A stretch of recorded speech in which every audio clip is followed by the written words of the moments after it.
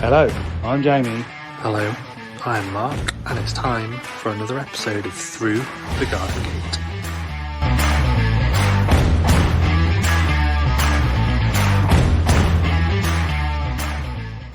Hello everyone. It's Tuesday night, it's 7:30, it's time for another episode of Through the Garden Gate. Short TTG. G. There it is. Hello. That took a little while to connect. That was going tick, tick, tick, tick, tick, round and round. I thought, oh no, here we go. I thought we were just But going it to have black works. screen this week. No, Jamie. Yeah. Jamie, you not in, and then only him and the guest. Who's him? The Garden King. The Garden King. Peaky Blinders. Peaky Blinders hat. Still backwards. What's TTGGG then, George? TTGG is short for Through the Garden Gate. I think you put an extra G on the end, I do. Yeah, I did. Maybe there's George in there. Oh yeah, through the Garden Garden Gate with George. No, Through George's Through the Garden Garden Gate. Gate with George. Through the Garden Gate with George. Yeah. That'd be TTGGWG. Yeah, you can have it in about 10 years, George, when we retire from it. He'll be fed up with gardening by then. Oh yeah, he'll be off doing other things. He'll be interested in us old boys. Yeah, in 10 years you'll be 50. And how old will Jamie be? I don't know. Well, Jamie's 10 years older than me. Oh, you'll be 60. I know, it's scary, isn't it? Oh. Yeah. Where's George George. gone? Sissy said, is that a onesie? It is. It's getting too small for you. You need a bigger one. George, get on the screen. You're here to talk to us. What have you been doing this week? No, I'm going. Hello. What have you been doing this week? Well, yesterday I went to look round, which is a secondary school. Yeah. So, yeah, and then today I went to swimming at my first swimming session. Of the year, yeah. Did that go all right? Yeah. You haven't done any gardening this week, have you? I have. I've been in the garden. When? In football in the garden doesn't count. You got a garden, in fact? Yeah, come on. Yeah, I've got a garden fact, of course. Come on, share it then. Is it like, what episode is it? 100 and... 5. Get on with your gardening fact. Did you know that humans share 50% of our genes with bananas? What? I've never heard so much codswallop in my life. No, Jamie, that's true. And you're half banana. And some people are 98% bananas. No, Yeah. like mummy. Some people are bananas. Indeed. What about me? Oh, all right. I was pointing to you. Am I pointing to you, George? Yeah. Yeah. Hey, can you explain that fact or just tell us? Well, it was in Happy News in Happy newspaper. yeah. What genes are they? What do we share? Levi's. Leave it. What about Wrangler. banana flies? Crazy boy. I know. Hello. Eating too many bananas. Hey, Jenny. No 100% banana. You turn into Banana Man. Banana man. I can remember Banana Man. His name was Eric. Eric Banner. No, was it Banner? No, that was the Hulk. Hey, Dad, Oh, yeah. you became Banana Man once. I did become Banana Man once when I wore a banana. That day I was 98% banana. Right, off you go before it It's gets my. too dark and you won't be able to find your way down the garden. Bye, C1. See you, George. 106. You crazy little bean. Oh my goodness. Ball of energy tonight. How's he so hyper at this time of night? No idea. I'd be, well, I am knackered. Tell us about your helper. On Monday, Yeah. I had a fabulous surprise of my former employee, Chris Groovy Gardener Jessen. Yeah. 4 hours to help me with some planting as he was in the country. Well, that was good. Almost a year since he left. Is it really? Has it gone that quick? Yep. I Mental. can't remember if it was the end of November or the end of October he finished with me. But then I think it must have been the end of October because I think he left so that he could then sort himself out to move over to Guernsey, and he was over there for Christmas. So yeah, It's he's gone nearly so been there a fast. year. Did you have fun? Yeah, lovely to see him. Lovely to catch up. Lovely to show him the garden to see what has been achieved without him. I bet he saw a big change. Oh yeah, he was blown away. I mean, the bit that we planted up on Monday, he never even did any work on. So that just shows you he was there 7 months and we never even got over there to do any weeding. Yeah. Mental, innit? And then, on Monday we were putting new plants in because it's all nice and tidy and weeded and looking completely transformed back to, as good as what it looked when I first started, if not better. Brilliant. Did he like the boardwalk? He loved the new path. He loved the perennial prairie bed that we've spent a lot of time on because, again, we didn't get any weeding or anything done in that bed either. So he just saw that as, a mass of plants and weeds, and he was like, oh my God, there's actually plants in there. It's not just a big mess. Yeah.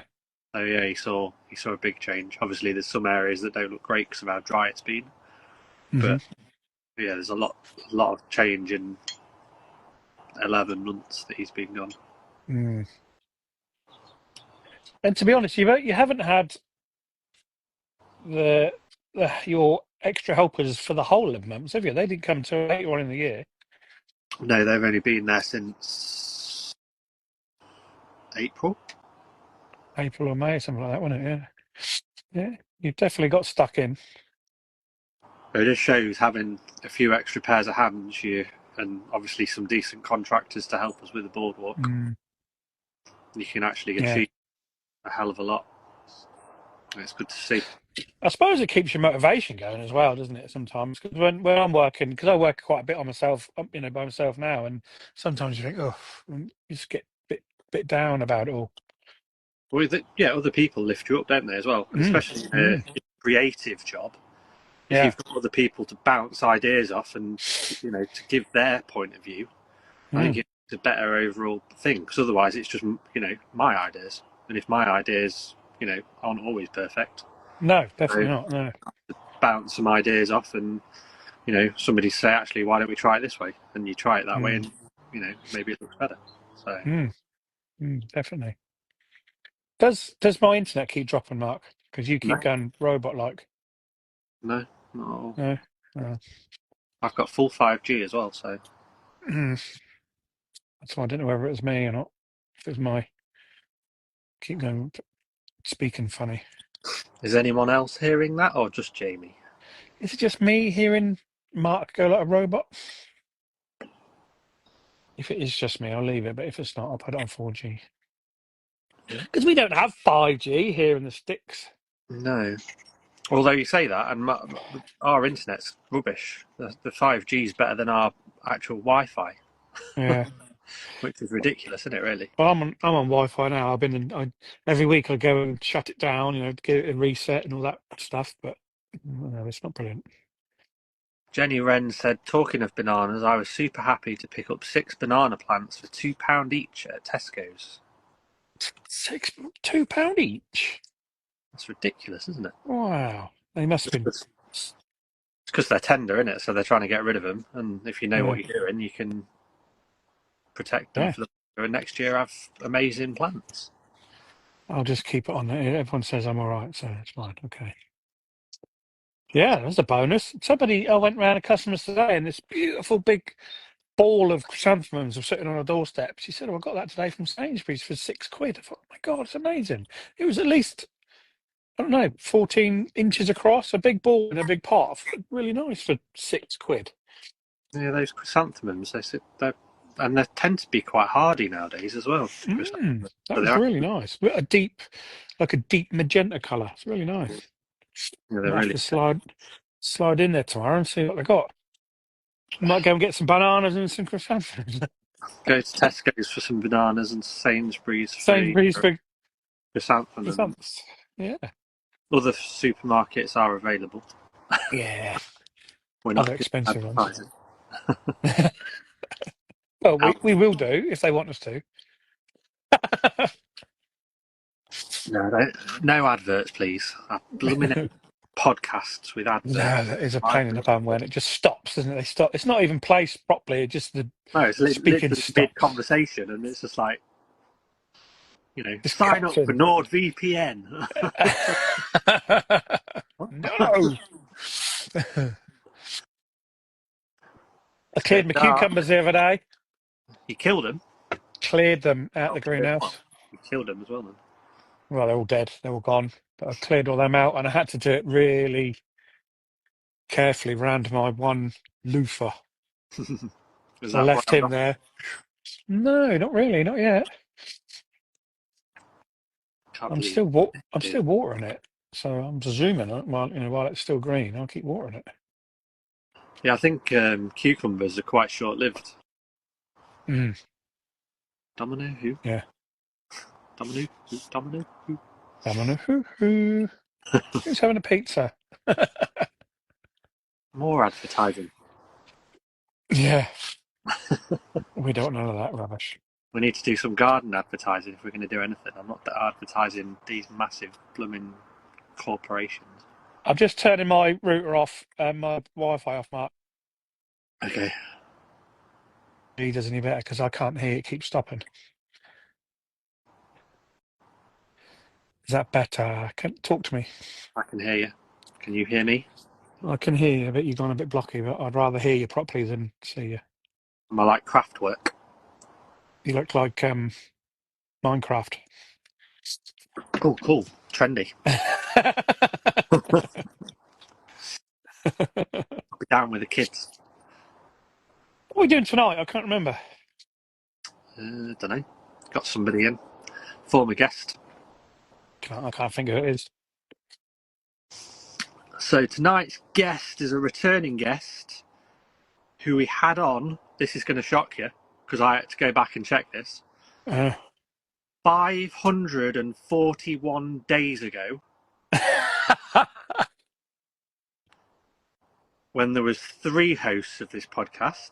I would rather you have done that in hours, please. That's going to be a big number, isn't it?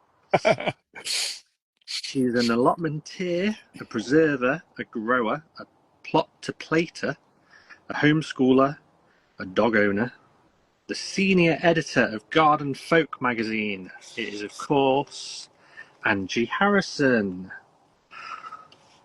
at From Angie's Garden.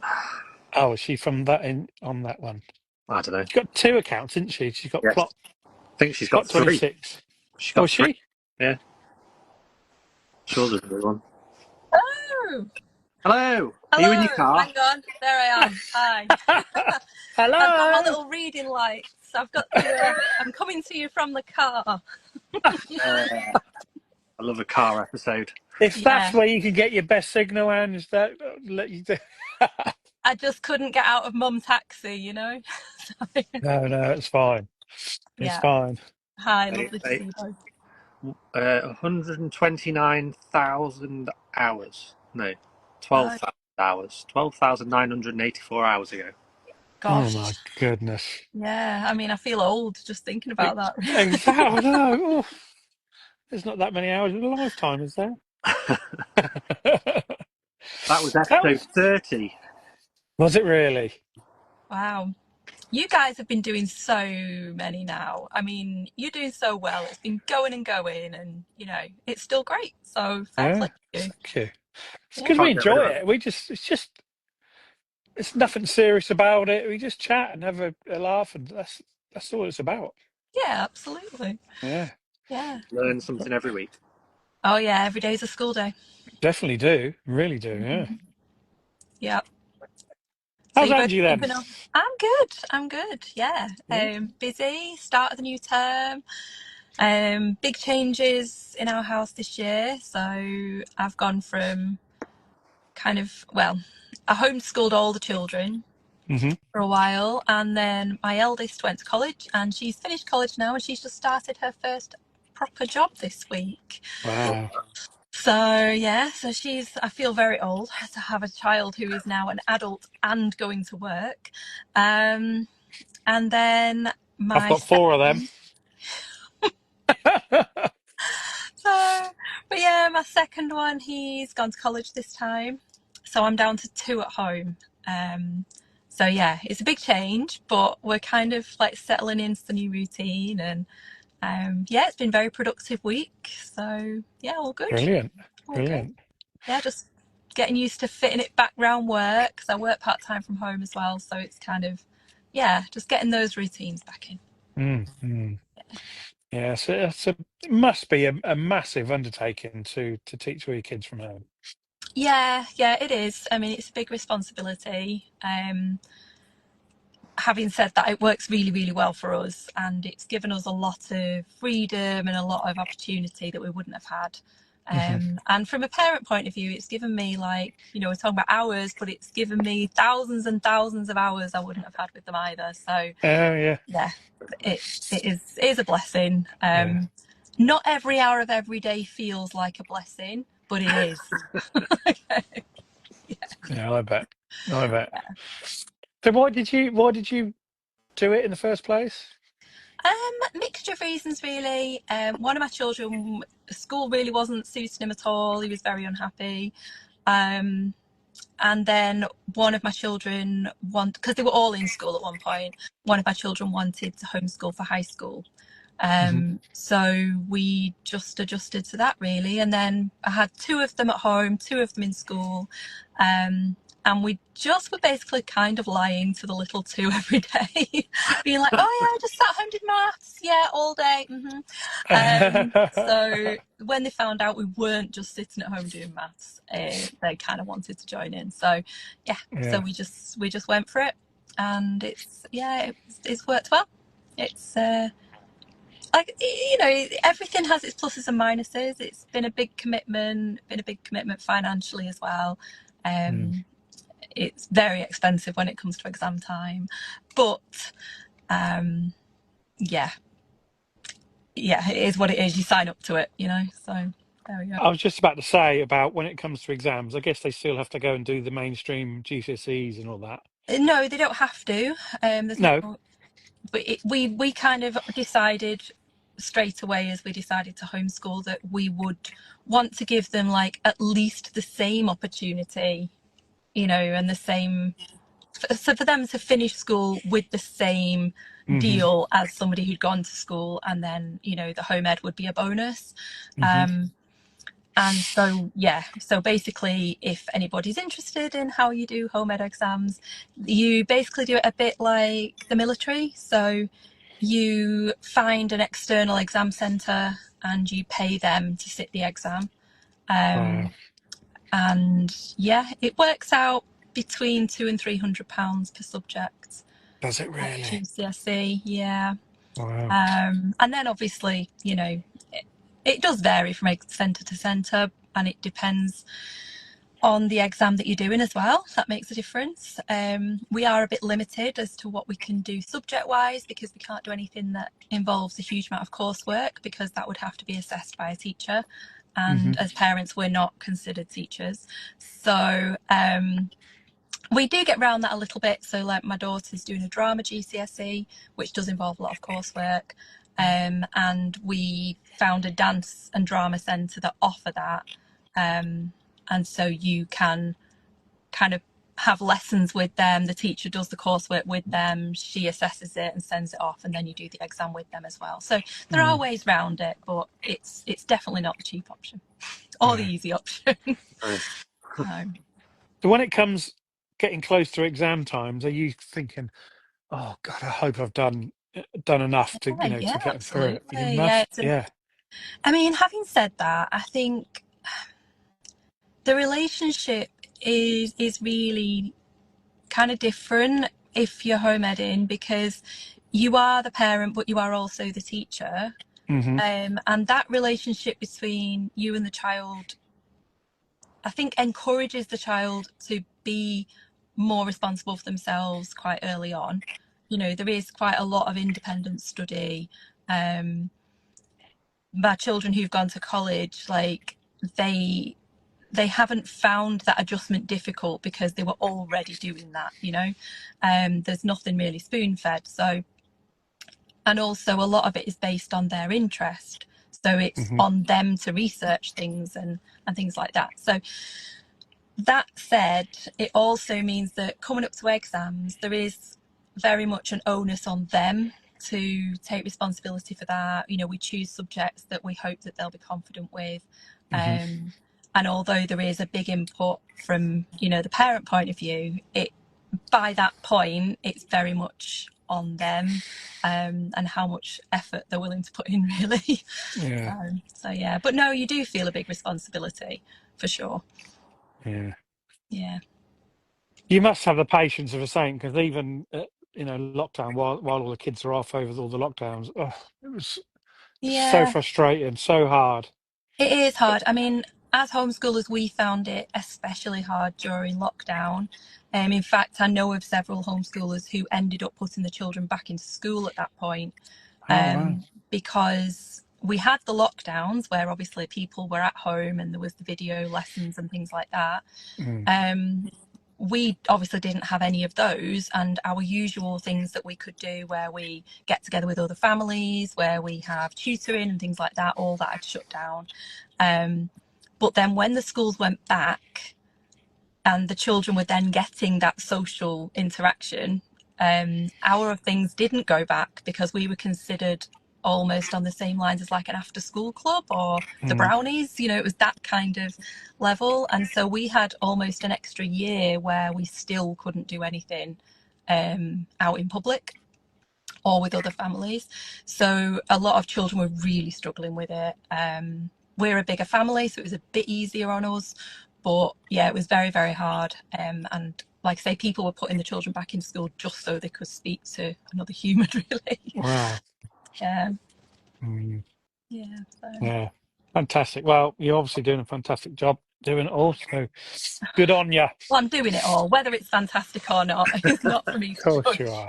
Of course you Hey, are. one of them's got a job now. You've done something right. Well, Exactly. true. Yeah, that's true. I'll Yeah, take brilliant.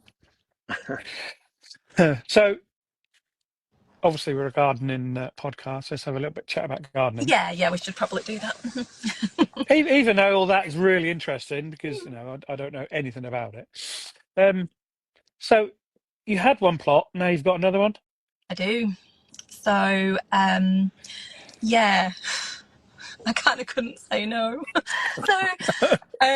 So during lockdown, I obviously had a moment of madness where I was like, oh, do you know what? What we really need is some extra growing space, because obviously the world's gone crazy and I'm never going to be able to buy anything ever again.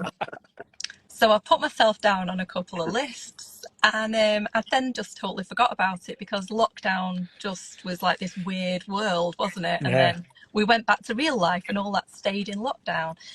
Anyway, I got a message, an email from somebody back, I don't know, March time. And they were like, oh, you're at the top of the list. Come and have a look. And I was like, oh, okay. And my family were like, so you're going to say no to this now because we're not in lockdown and you haven't got like every single day to just do whatever you want. And I was like, yeah, I'll probably just have a look, just have a look. Well, that's Oh, yeah. dangerous, isn't it? So I had a look, and it's the most beautiful spot. It's just gorgeous. And it's not a huge plot. There was a couple of options. There was a couple of bigger plots I could have taken, but they all had like bigger structures on them, or a lot of clearance, or a lot of things that people had already done that I wouldn't want to keep. Whereas this was just basically a piece of lawn with a shed on it, and a load of junk. So I said yeah, really. And so now I have 2 plots.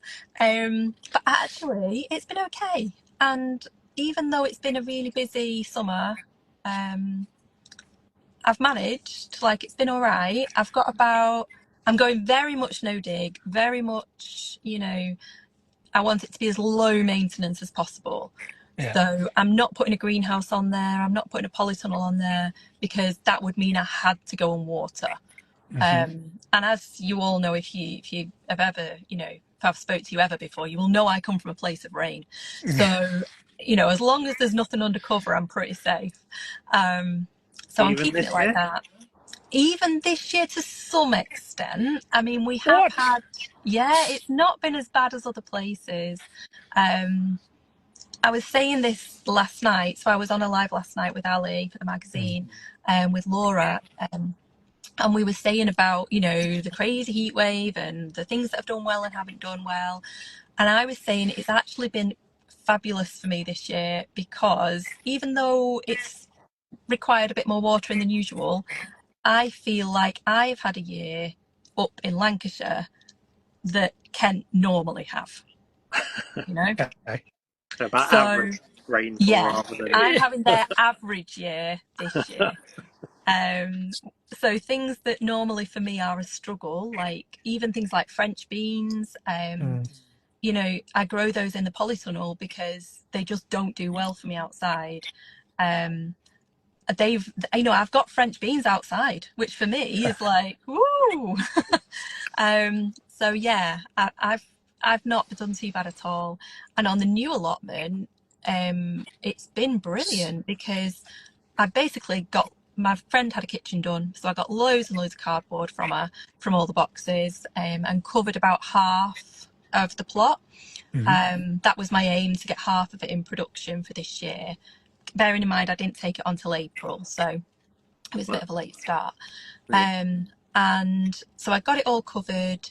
I didn't have a huge budget for compost, so I used what was available on the plot, which wasn't great, and I mixed it with, and I am going to do a plug here, the best compost I've ever had. And it's not a gift. I've bought every little teaspoon worth, and it's called Moreland Gold, and it is amazing. Okay. Absolutely like magic dust. It is. It's the way it works is it's a local company to me, but they do ship around, the country, and you can buy it from other suppliers. But if you are buying it in any kind of quantity, I would recommend going direct to them, because it's a much better price. And it's what they do. They have the rights to dredge the water dams in the Peak District. So several of the drinking water dams. Right. And their job, the initial business was that was it. They dredged it, they got rid of all the junk out of there, and then obviously it flows again. And somebody way back decided that this was a big waste, because they were taking all this amazing silt and really good materials, and ditching it away somewhere else. So they use that and they turn it into this incredible compost.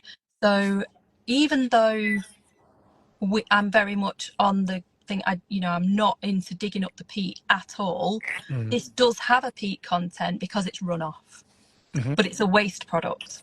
So you can kind of have your peat and eat it. I recommend that. Yeah, I would. Honestly, an absolute game changer. Like last year and the year before, really, I've tried so many of the peat-free composts, and it's so demoralizing because Ah, they're so hard to work with. And I know there's people so out hit and miss there. as well, aren't they? Yeah, I know there's people out there that are doing really well with it, but I have tried all sorts. And I'm not saying I haven't grown anything, I have grown things, but it's been much harder Mm. than in previous years. And this stuff is just like the germination rates have been astounding. Um, it grows really well, it feeds really well over the season. So everything's grown brilliantly. So even though I didn't have a huge amount of this compost because, budgets, the things that I've planted on the new allotment have done incredibly well. I also think, though, that this is partly due to the fact that it hasn't been used for a couple of years, so it's well rested, the soil. Yeah. And also, I think about 15 years ago, it was used as like a horse paddock. Hmm. So I imagine that the ground was pretty good to start with. Yeah. So the new allotment, despite lack of hours and limited number of things planted there, has done amazing. The chard, it's like an umbrella. It's huge. Like the stems were like my hand. It's just bonkers. So yeah, I'm really excited for that one next year. And if I can, I'm going to get all the beds covered and yeah. Really excited for that. And also hoping to put bees on there, Jamie. So I'll be coming to you Good for lots of advice. girl, brilliant. Yeah. I heard you mention that last week. I thought, oh yes, brilliant. Yeah. Yeah. So me and my youngest is the driving force for it, really. He's very enthusiastic about the bees. He's been doing lots and lots of research. So I took him on a bee kind of taster day that Yeah. they do before you do the course. And it was great. He was so enthusiastic. We got to like look in the beehives, hold things. The guy who was telling us about it was really informative. So we're both very enthusiastic. We wanted to do the beekeeper course this year, but Hmm. our local one is at the end of November. And one of my jobs is that I run workshops with from Angie's Garden. So um, weekends in November are pretty full. So unfortunately, I can't do hobbies. I've got to do work. Although I do love running workshops, so it doesn't really feel like work. So we're hoping to do it in the spring instead. Brilliant. Yeah. Oh, it's just the best thing in the world having the bees. They're quite hard work and they're not as easy as, some people have made out. Mm, Um, yeah, but don't let that put you off. They are amazing. When it's yeah. going well, it's really, really good. Yeah. Are you still Mm. enjoying it then, Jamie? I love it. I've had a few problems. I haven't Yeah, I had think any honey. everybody does. I've had no honey at all this year, and I Oh, was expecting some, but I'm okay. not fussed. I've still got bees. I've still got a queen, and she's laying, and Okay. hopefully that they'll overwinter and be good next year. So that's the main thing. Yeah, yeah, Mm. that's it. I think from my point of view, like, I think my son thinks that we're going to be, providing the valley with honey immediately. Um, but from my point of view, it's very much like as an educational tool as well. Yeah, It's because we home ed, these kind of projects are so brilliant for, enriching the curriculum and yeah. them getting hands on and doing, interesting things that they really have got Mm. some enthusiasm for. So yeah, so Don't yeah. get me wrong. If it goes well, you could be feeding the whole valley with honey because if it goes well, you get lots of honey. But Yeah. I've had last couple of months have been a bit bad. I've lost two queens, to be honest. Oh, Yeah, so I've had to requeen twice in 3 months. It's is not that very from good. swarming or has that been problems in the hive? I don't know. I don't know where the first one went. I haven't got Okay. a clue. She was just not there, and I don't think they swarmed because there was still a lot of bees in there. So I got a new one and replaced her. And then once I got her, about a month later, I thought to myself, "Oh, I'm going to mark my queen Mm, because we do that. You just put a little dub on it, a little blue mark, yeah. just so you can see her better and quicker. You ain't got to search too hard." And I went to catch her in the cage, and she flew away. Oh, And I saw her do it, and I went, "Oh oh no, no. my Because they fault." ain't I cheap, just these queens, are they? 40 quid each. Mm, But Mm, so I've just left her alone now. You yeah, do your thing, and we'll, yeah. yeah, it's my fault. But I should have left her alone. it's a learning curve, though, isn't it? I mean, Oh, that's part of massive. it, really, isn't it? Yeah, but it's brilliant. I can go down there, and I'll do an inspection for half an hour or so, and then I'll just sit. Yeah. I've got a little apple crate, and I sit beside them and watch them come in, and it's brilliant.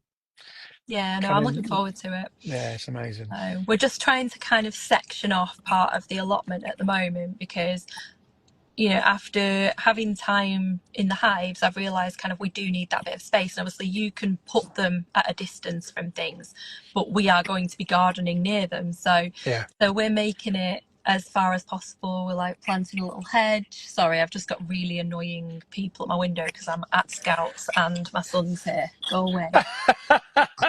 Yeah. So, yeah, basically what's happened is my eldest son volunteers at the Scouts in the younger sections, Oh, and okay. because I'm doing this, I've told him he has to stay until the end. So he's Ah. come out to my. But yeah, anyway, so yeah, I'm excited about it. But we're going to try and I think plant kind of fruit bushes to divide two parts of the plot. So we're not disturbing the bees as much as possible, but we can still tend to the plants. Mm. Mm, that's the hope. Yeah, they don't take up a lot of space, really. Yeah. Yeah, I just think as well for the other plot face the holders, for door them away. to feel safe about it, because people do have reservations, don't they, about Mm. having a lot of bees flying around. Yeah, I guess so. I guess so. But mine, yeah, like you said, mine's just stuck down there completely out the way. Mm, There's nobody for about 400-500 meters, so I'm all right. But yeah, I yeah. see what you mean. Yeah, be very considerate. That's brilliant.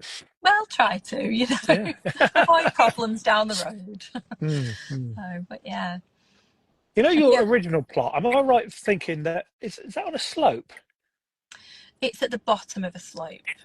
That's So right. I Yeah. don't garden on a slope. I'm very lucky it's flat because my garden at home is on a slope. So my back garden, it's not a huge back garden. It's maybe, I don't know, 20 meters maximum long. But when I can walk out my back door and walk up, basically it's upstairs, and then I can look over our house, and our house is 3 stories. Wow. So it's very steep. Yeah, there is a little flat section at the top, but because it's kind of in the woods, um, it's very dark up there. So my daughter's tried to grow a little lawn for the guinea pig. It's medium success. um, and then I have kind of a big flower border which is on the slope, with a path running through, and then a kind of sunken patio at the bottom, which is mainly just decking. Mm, So that's really the driving force to get the allotment in the first place, was the fact that growing at home wasn't really an option. Like, I did mm. try, but it's really challenging. And there are things that grow, and I think the more experience I've got of growing and the more experience I've got of plants, I've found things that will work at home.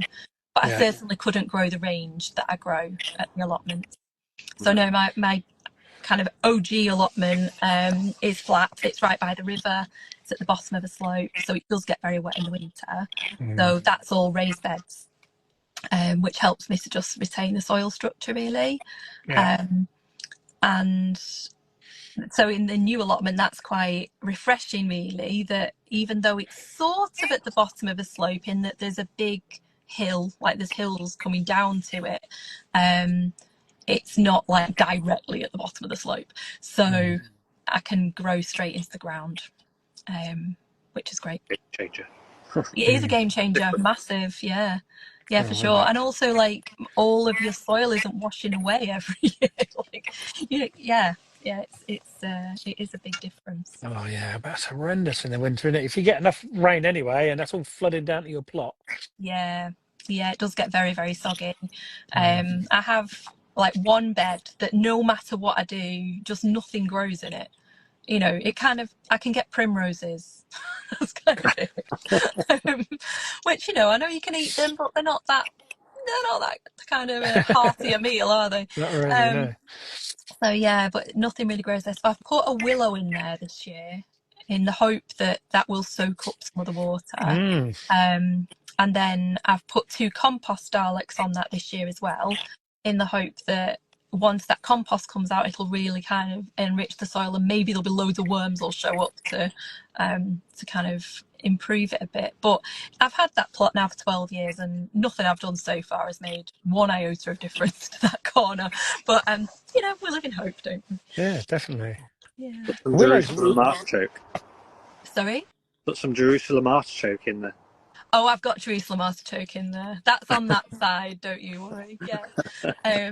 My plot neighbours have probably been cursing me for the past 6 months because the Jerusalem artichokes have gone absolutely mental as usual. But our fence blew down last year in one of the storms, and we just haven't managed to get to the point of fixing it. So I've just had kind of bits of string and all sorts going on, and the Jerusalem artichokes have just been completely blocking the path. You know, so everybody's like ducking underneath trying to get through. So they've had a good chop back. I've got a new fence on there last weekend. So yeah, I think they're skipping down with their little watering cans now. I've no longer got my name shamed. Talking about Jerusalem artichokes, when I first came onto Instagram, I think I bought some off your little You website. did, yeah, because I used to do some selling as well. And I can't get rid of the bloody. I did warn you, Jamie. I There's did warn millions of you. them. Oh. They came with a full Yeah. high level warning there. Yeah, once They you've got them, are you've the got them. most prolific thing in the world, aren't they? They are. So I've tried growing them in pots, and they will grow well in pots as long as you really keep up with the watering. Yeah. So massive pot, keep up with the watering, you would be okay. But they much prefer being in the ground. But yeah, if you leave even a sliver of a Jerusalem artichoke in there, they are coming back next year. Yeah, it's a bit like horseradish. Wherever you put it, that's where you've got it for life, you know. Yeah. Yeah, so I would stop trying. I'd just embrace it, Jamie. I know. Just Yeah. use as many as you possibly can, but you'll know you're going to get a whole hedge row again next year. So, Absolutely. I mean, this is the thing. It really is like once you've got it, that it's free forever. You know, and this last few weeks we've been really looking at I think I'm a bit down a rabbit hole a bit of, you know, all the pesticides and things that are in the food, and you know, it feels a bit like you go to buy something and everything's poisonous. You know, it can feel a bit overwhelming, can't it? Yeah. And so we've been looking, obviously, through the season, like maybe from July to October, we have plenty of homegrown veg. I mean, we don't have enough, even with the 2 allotments, to fill our needs because we're a big family. But it definitely makes a big impact, you know, as to how much we're eating. But then when we look ahead to like the leaner months, I'm like, well, I don't want to go back to eating the stuff that the supermarket are providing, you know. right. And it's how you go about that. So we've been looking at like different organic options. Obviously, it's quite expensive. But because we've been doing that, I am now seeing my allotments in a whole new light. Like I'm looking at pound signs walking around that allotment now. Yeah. You know, like I was looking at the leeks the other day, and I've planted like, I don't know, 50 leeks or whatever. I planted way more than that, but I've got about 50 leeks growing, I reckon. And on some of the like organic veg websites and things, it's like £2 a leek, you know? Is it really? Yeah. I'm like, oh my goodness, like I've got £100 worth of leeks here. Yeah. Tonight, well, this morning actually, I was making a stew this morning because I'm getting in the rhythm of the new school year. You know, need to like fit things in at the right time. So I have this method I shared today where I make a stew in a cast iron pan, and then I do the same when we're camping, and I just wrap it once it's boiling. I'll then turn it off, wrap it in a blanket or a big thick towel, and it basically slow cooks through the day for free. Okay. And then you just bring it back to temperature and eat it. So I was doing this morning and I popped out because I do have a few bits growing at home now. And I was getting some chard and some herbs and things like that. And I was stood there chopping and I'm thinking, that's another £2.50 and that's another. Yeah. So yeah, I think it is a challenge to try and kind of match the happiness that I feel eating Mm. homegrown stuff, knowing that everything in it is okay, with stuff that we might be able to buy, and also the cost. So yeah, I think going forward, I'm going to be trying to up the amount of stuff that we can grow, especially now we've got the 2 plots. Try and make it so that for longer periods of the year, we've got a Mm. bigger amount of food coming into the house. So what are you sowing now for, to try and see you through the winter a bit? So I've done another sowing of chard, because I've got some really good plants that I think will keep going now that the temperatures have plummeted. But I've done another sowing so that come the spring, hopefully those plants will take over for a while. I've got winter salads, so my polytunnel is the main place that I grow stuff. I have leeks outside, I have Jerusalem artichokes, I have some other tubers like oca, Mm. mashua, that come into their own really as harvests through the late autumn and winter. And I've got, I'm thinking what else I've got outside that I'll harvest in the winter time. Lovage, loads of herbs that just keep going. But then in the polytunnel, that's where I'll kind of focus my attention because Hmm. there's no pigeon problem in the polytunnel. And so, so I have some kale, some sprouting broccoli, some regular broccoli. I have perennial onions that we use as spring onions, pak choy, mustards. I've got some claytonia and some lamb's lettuce. Yeah, lamb's lettuce, claytonia, Hmm. same thing. Corn salad. Um, American landcress is great. That comes up outside and inside, and that's really good for like baby salad leaves. It's quite spicy. I think what else is in there. I've still got some French beans that are still producing, Hmm. and those French beans have been in there, I think, since about April. Wow. Um, they just keep going. So I took out one side, they'd kind of given up, but yeah, there's still flowers on some of them. So I was like, you can stay, I'll work around you. Um, but yeah, I think that's about it. I've got some lettuce, that sort of stuff. But yeah, I'm hoping that next year I can kind of hopefully have a bit more going outside as well, like more parsnips, leeks, beetroot, you know, the good winter staples. That's the ones, yeah. Yeah. I've just, well, a few weeks ago, I sowed some different turnips and Swedes and things as well. So they should be Yeah. good. They're decent size now. Yeah. I'm gonna plant them in the polytunnel and see what they grow. Yeah, Swede's a really good shout. We did try and grow some Mm. Swede, but I don't think they're doing very well. I think I sowed them, well, I sowed them fine. I think I planted them out in quite a dry spell, and I don't think they've recovered. Mm.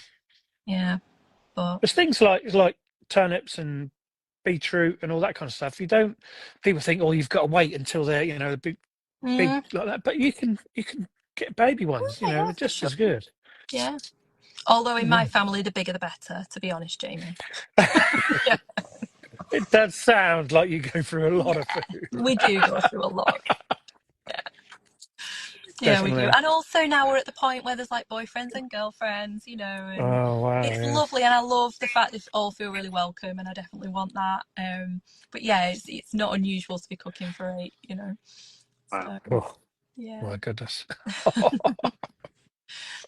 But yeah, I So brought, even though I'm in the car, I brought some things with me. did you? Don't I tell. did. I did. So Brilliant. I brought some things with me just to demonstrate some of the things that I think you should do because they're easy and they're great for preserving the harvest and being a bit healthier. Okay. So Because let's see what. when I asked you back on several weeks back now, I said, "What I know about your preserving and your potions." Yes, well, I brought some with me. Good. So we've got some chili jam.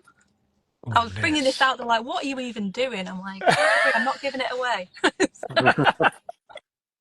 So yeah, we've got some chili jam. Now this is all over the internet, and I've made it on and off over the years, but this year my son has grown a load of chilies, and honestly, it's brilliant, and it goes well on everything. I mean, if you like hot honey, you're gonna like chili jam, basically. Very similar, and delicious. And all The you colour. need, Look at the colour. yeah. Can we hang on? Let me move my reading light. Look at that. Look at that. Ooh. Oh, lovely. Now, the one tip I would say is my chilies are all at the top, and this is because I was a bit too quick getting it in the jar. So if you're making it, you only need sugar, water, chilies. You can put garlic in there and some apple cider vinegar. And when you've made it and it's cooling, let it cool a bit in the pan, and then give it a stir, and then pour it in your jars. Okay, yeah. Because if you put it in hot like I did, you end up with your chilies all at the top. Right. Which, it only means you have to stir it up. It's not the end of the Yeah. world. But if you're giving No, it as no, a no. gift, it's probably nicer to have it, more aesthetically pleasing. Okay. Yes, so chili jam I would massively recommend. And it's brilliant as a Christmas present as well. I'd be happy to get chili jam. Hint. So what else we got? Because you give all yours away. Yeah, that's Yeah. it. So yeah, because some of our neighbours looked after our chickens for us while we were on holiday, and I was like, oh, like what am I going to give them? And I was like, oh, well, they're going to like chili jam, And yeah, they were all like, don't give away the chili jam. Another thing that everybody can make, whether you've got a garden or not a garden, because you can do this with foraged things as well as grown things, and even use some regular garden plants that are edible as well, and that is some green veg powder. Okay, so Really you need to can do this. really easy to Yeah. do. It's so handy to have in the kitchen. It's if you've got fussy eaters, they're not going to know it's there, So this is a mixture. It's got like strawberry leaves, chard. What else did I put in here? Spinach. It's got some mashua leaves, some nasturtium leaves. Basically, any leaves that are edible. Just Right. let them dry out. I use a dehydrator now in the winter time, and it's one bit of kit that I would absolutely recommend you spend some money on. And we use it so much. But if you don't have that in the summertime, if you just get a tray and you have a car, just lie them out, put them on the tray on the dashboard, and leave it on your drive. Works a treat. Honestly, it's brilliant. So that's what I usually do, save some money over the summertime. I don't have the dehydrator on. You have to take the trays out the car, before you set off. But yeah, dry it out. And then the other bit of kit that I would recommend kitchen gadget wise is a coffee grinder. So we have one that's like a blender attachment. You just put a different thing on it. But you can just get a coffee grinder. And then you can put your leaves in there, grind them up to this nice fine powder, and just stick a spoonful in whatever you're making.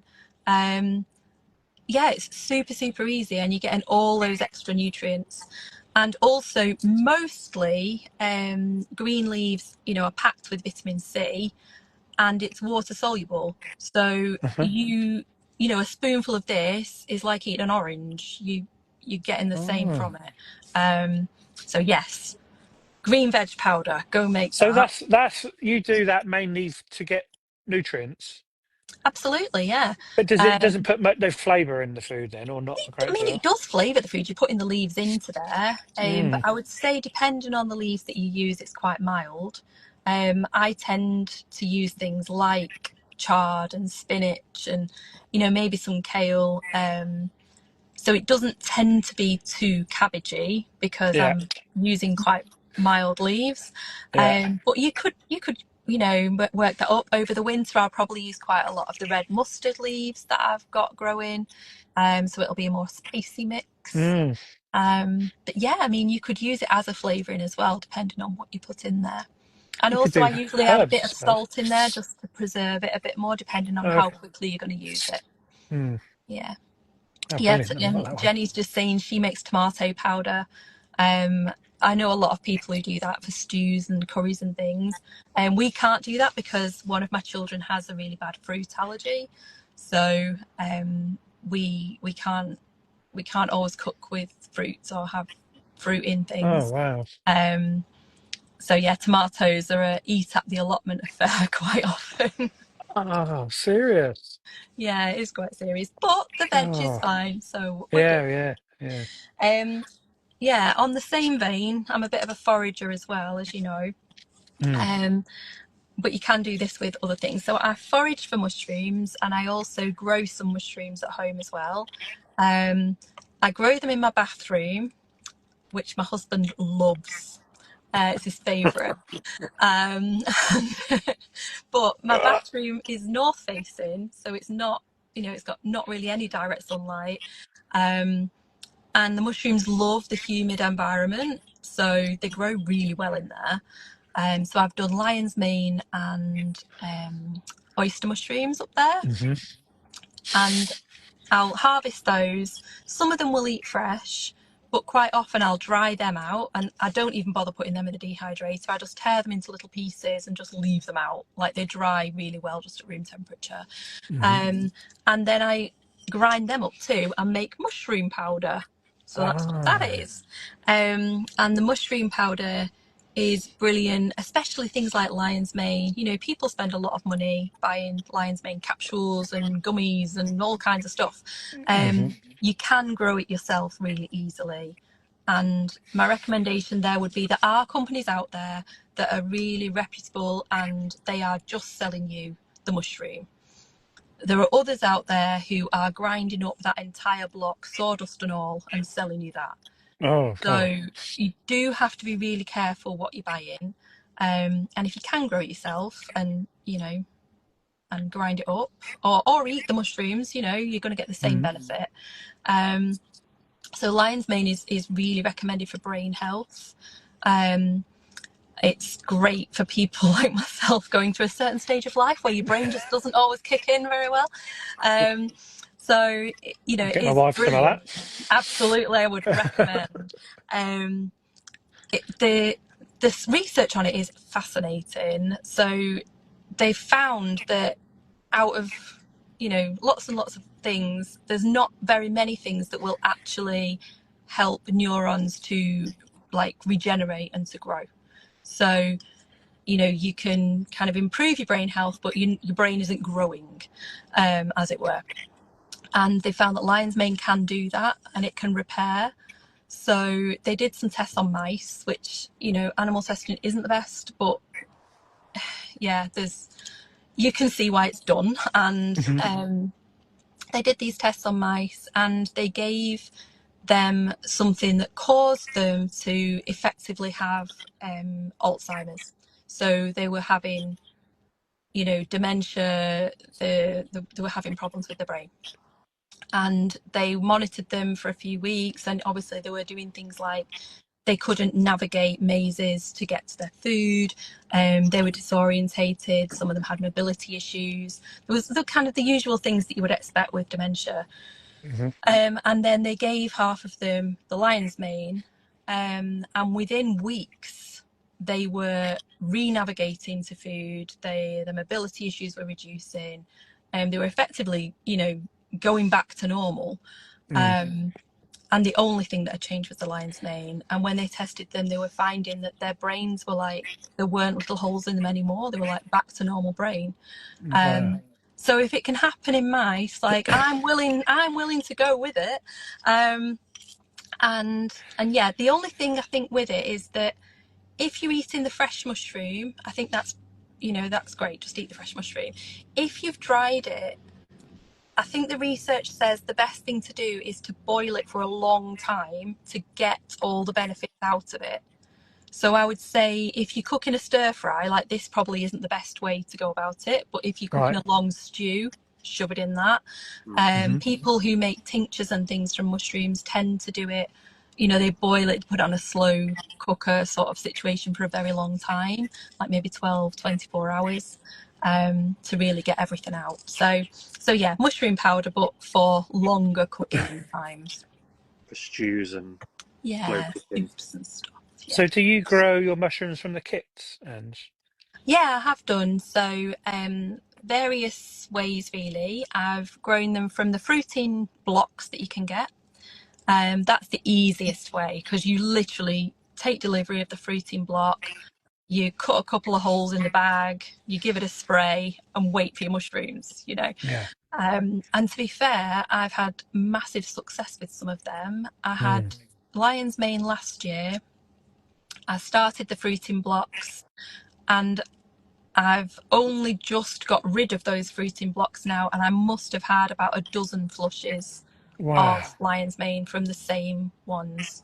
Now, I will say about halfway through the year, I moved I moved the block into a new bag with new um, kind of hay, like I don't know what you call it, like the strulch stuff. Yeah. So I did give it kind of more to go on, Hmm. and then I just got more and more flushes. So if your kit says one or two flushes and bin it, just ignore that. Just keep going, Mm. because if it's Wow. happy and it's in a good environment, you might get way more. And the flushes do reduce in size over time. Hmm. At first you're getting these like head size, enormous fruiting bodies, and then slowly they get down to like a tennis ball. But Yeah. still, it's they're still just as good. Mm. And yeah, definitely a great thing. And then put them outside. Like I've put them outside in the beds. I've just kind of scattered them around, and I'm hoping that they might decide to grow there. You never know. Yeah. Brilliant. Yeah. I had um I had a pink oyster kit a few weeks back, and it's just amazing how fast they grow. It really is. It's crazy. It really is. Literally, they Yeah. could double in size in 24 hours. Yeah. Oh, they do for sure. Mm. I'm always thinking I should just set up like a time lapse or something. It would look so good. Definitely. Yeah. Um, but yeah, I've done a few workshops for growing mushrooms, both making the kits ourselves and then also using like the wooden dowels Yeah. to make them into logs. Mm. And yeah, the people, like the feedback is always at first like, oh, am I doing this right? Oh, am I doing that right? Oh, nothing's really happening. You're like, and then all of a sudden you just get like this flood of messages going, oh, look at my mushrooms, So yeah, it's really cool. Oh, brilliant. Fantastic. Yeah, Yeah, very we've cool. got Lorraine and Jodie on from Cayley Brothers coming in a couple of weeks, so we'll have a Oh, full mushroom chat then. yeah, they're so lovely. Like I've Mm. seen them at a couple of the shows, and they've supported the magazine as well. So they're one of the people who kind of, if you sign up, you get a discount with them. If you sign up to the subscriber thing with the Hmm. magazine, and they're just the most lovely people. Like they Yeah, they deserve are. every success. They're amazing. So Mm. passionate as well about what they do, and they've done Really so much. passionate. Yeah, yeah, they are. Unbelievable. Yeah, they're really lovely, lovely ladies. Yeah, after seeing their stand this year at one of the shows, I just want to grow reishi. Like that's what I want to do next year. If Mm. anybody in my family is going to ask me what I would like for Christmas, reishi, please. Reishi kit. Okay, Right. thank you.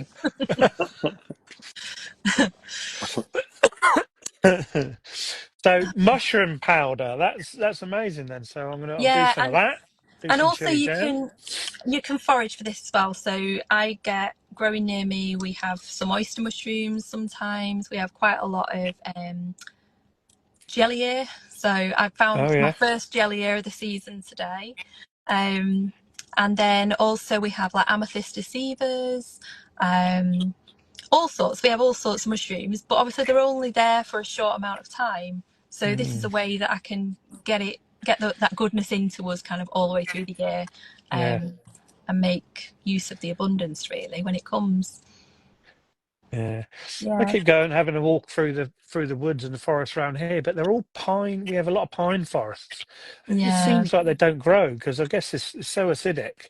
that's Where it. over the years and years and years of the needles falling down, there's never any. I never see any mushrooms. No, I think there are some mushrooms that are specific to pine, Mm. but quite often, yeah, like when you're growing mushrooms into logs, you don't want pine because they're Right. kind of like antifungal, aren't they, naturally? Yeah. Yeah, it's not much good for growing mushrooms in. No, Isn't No. it definitely not. fruit logs that you want as well when you grow mushrooms? Fruit, like an apple. Yeah, so Hardwood, isn't it? I think. yeah, hardwood. I mean, I think things like beech is quite good, ash is really good. But yeah, fruit trees sometimes as well. And I think also sometimes the type of log and the mushroom kind of need to be compatible together. Yeah. Yeah, depending. Oyster mushrooms tend to be very forgiving. You can usually, they'll adapt to what tree you put them on, but others, yeah, you do have to be a bit more specific, I think. Mm. Yeah. Yeah, it's really But interesting. Love it. yeah, Gonna be growing some mushrooms. my other powder, as you can see, is very depleted. Oh Mm. So wow. Nearly this gone. is our veg stock. So I don't buy stock cubes anymore. Yeah. Um, I've seen this on your Instagram quite a bit. yeah, and so I obviously need to make a new batch this weekend. But veg stock, what I do is whenever I'm chopping the vegetables, all the like clean ends, peels, the skin of the onions, skin of the garlic, anything, anything that isn't kind of particularly cabbagey, because that Yeah. doesn't give a good stock. Um, that all just goes in a bag in the freezer. Okay. I just chuck it in there as I go. And as soon as I've got like a nice big bag, like enough to fill a big pan, I'll chuck that in, boil it down, and add in a load of salt, and a load of herbs, and then make kind of like a paste, I suppose, like a very thick paste. Hmm. And once it's like that, I spread it out in my dehydrator again, and it makes kind of a very interesting cracker situation. Um, and then I grind that down to make the veg stock. So it's literally no waste. I think that was one of the things when I first started growing veg was you've spent so much time growing it. Like you've put Mm. so much effort into it, and you just don't want any of it to go in the bin. You're just like, no, that onion peel needs to be doing something. Mm. So yeah, it's a really good way to kind of capture all that flavour and all that goodness, and be really useful in the kitchen. Mm. Yeah. See, Yeah, that's that's the bit brilliant I idea. That missed is. when you said about that, about putting it in the freezer, because I tried to save enough and Ah. I put it in a box, and then when I had enough, I went to look and it was all manky. Oh, Yeah, slimy. yeah, Put it That's in the freezer. exactly what I was thinking. Exactly the same yeah, thing. What I was yeah. The thinking. Yeah. freezer is an essential stage. So yeah, Lesson learned. Definitely. Yeah. yeah, definitely. But yeah, I just get like I don't know, like they get them compost bags. You can get like Yeah. the paper compost bags. I just put one of those in the freezer, or the deep, like I don't know, we have biodegradable ones, and I just keep chucking it in. Mm. Like your broccoli ends, leek ends, Yeah. like, and if you're doing like I don't know, even potato peeling, sweet potato peels, anything like that, as long as you wash the veg first and then peel it, Mm. you can then chuck it in the freezer. Mm. That's a good one. Definitely gonna Yeah, do that. yeah, Yeah. it's. So one more thing. What else did I bring? Oh, yeah, you'll like this one. One more. So this is our current lovely snackage going on here. So these are homemade fruit winders. Oh my God, Uh, I've seen these so many times. Here Leather, we go. fruit leather, you call it, don't you? Yeah, so they wind up, look, and they're so just this is like the what little ones you Marlo get was from the talking about. shop. What? Look at that. Look at that, and then you can just pull it off your paper there, and you've So got is a that little, yeah, just greaseproof paper then? just greaseproof paper. So when I put it in the dehydrator, I just line the trays with the greaseproof paper, and then I roll it up as one big sheet when it's done, and then just scissor it and chop it into these little kind of Swiss rolls, and then you just keep them in a jar. What is it though? Um, What do you do? so you make a fruit puree. So these are apple and slowberry. And the slowberries give it like a real tanginess, so a bit like sour sweets. Yeah. Yeah, so they're very popular. So I've had to ration them to one a day each. Um, because I'm like, I've spent time making those. We're not eating them all at once. So, but yeah, so you just make a fruit puree. If you've got a lot of apples or pears or whatever at the moment, it's a really good way to use Tons. them. Tons of them. Yeah, I would recommend if you are just using apple or pear, maybe add a bit of apple cider vinegar with it, and it just gives it a Right. bit more punch. Or a few berries if you've got a few berries going on. But yeah, just basically put your fruit in a pan, tiny bit of water, get it down into a mash, um, like a pulp. And then you just can add a bit of honey or a bit of sugar just so that you're happy with the taste. Depending on whether you're using anything acidic, pop a bit of apple cider vinegar in there you just want the taste to be good. If you like it just very sweet, then you don't have to put anything tangy in. You can just make it as you like it. You can also add herbs and spices to these. So I made some with some hogweed seeds, which gave a really nice kind of like cardamom-y sort of flavour. Yeah, and then you spread it out as thin as you can. So you want it like just a couple of mil thick on your dehydrator sheets. You can do it in the oven as well if you've got an oven that has a very low setting. The dehydrator is just a bit more consistent, I suppose. Pop them in, leave them in for as long as they need to go dry. You want them so that they're not sticky anymore. And then you just pull them out, as I said, roll the whole sheet in one go and cut it with some scissors into pieces. If you want fruit winders, I mean, if you're not into the fun of the fruit winder, you can just cut it into squares. You know, it's just a fruit leather, so you can cut it to whatever shape you would like. But we prefer these, and also they store better in the jar because they're not sticking together. You know, they've got the paper on the side. Yeah. So yeah, apple and cinnamon would be really yummy. Definitely, that would be good. Making my mouth. Fantastic. Yeah. I know, they're brilliant. I think they're fantastic. Yeah, they're brilliant, and they're a really good way of, like, you know, you're getting your fruit, you're preserving the fruit. They last for months and months if you don't eat them all. And yeah, they're just a really nice way. And when you're eating them, you can actually taste the fruit, like, you know. And I like the fact that you have, like, the things that you make yourself and that you grow yourself. You then have like that link. You have that kind of that memory. So like we picked the sloe berries when we were in Wales on holiday. The apples came from the tree in the back garden. You know, you just have that kind of little storyline that goes with it, don't you? And I think when you're in those really dark days of January and February, it's quite nice to have those little moments of memory that it wasn't always like this. It's not all bleak. Not that I'm not looking forward to it. Yeah, I think I've already got the dread after this last few days of torrential rain. I know what you mean. So they would be good for, you know, in the evening when I always fancy something a bit sweet. Just go and have some of that. It'd be brilliant. Yeah, I find that I am a chocoholic, really. I find it very difficult. I think that's one thing I would find very, very hard to give up if I had to. But it's always after a meal. I always crave that sweetness. So yeah, something like that is great to be able to just curb that, really, in a slightly healthier way. You'll have to show us on your Instagram what your dehydrator is, which one it is, so I can have a look. Yeah, I will do. I mean, I got it as a gift from my mom. Like, it must be at least, I don't know, 7 years old maybe. And it's still going strong, no issues. And I don't think it was massively cheap, but it definitely wasn't the most expensive on the market either. But yeah, it is like brilliant. So we dry like loads of just sliced apple. You can sprinkle cinnamon on them as well. We dehydrate herbs and just leaves. And does it take a long time? Say you're doing apples, would it take a long time to do sliced apples? Ours is overnight, so it's about 10 hours. Oh, right, okay. Yeah. So no, it's not necessarily a quick process. But if you can leave it on overnight, that's fine, isn't it? Yeah, that's it. So we just do that. If it's in the summertime, I tend to try and leave them out to dry a bit first.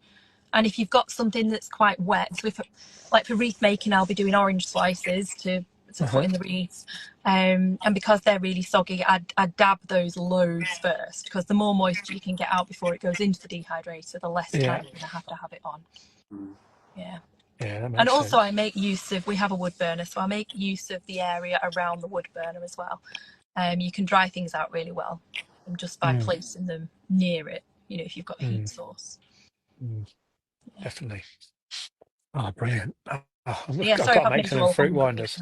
Them fruit leathers are just absolutely fantastic. Yeah, Every they are time I see you brilliant. put them on there, I think, look at them, they're just perfect. They are. They're so yummy. The other thing you can do with your fruit as well, which there's a reel not that far back, I don't think, on my page, is we made some little fruit jellies, so like little sweets. Yeah, And really good. yeah, and that's super easy. You just take fruit juice and you get something called agar powder. Uh-huh. And that's basically powdered seaweed. It's a particular type of seaweed, but you can buy it really easily. Whole food shops, things like that, all sell it. And it just comes a powder. It's pretty tasteless. And you just mix it. You heat your fruit juice. You put some honey in with it. You know, taste it so you like it, and then you add your agar powder and stir it, and it goes to like this jelly kind of paste. Hmm. And then you just pour it into some molds or pour it into a glass tray and let it set. And it sets like a really hard jelly. And then, yeah, you can eat it. Not quite like Haribo, but pretty good, you know? Fair enough.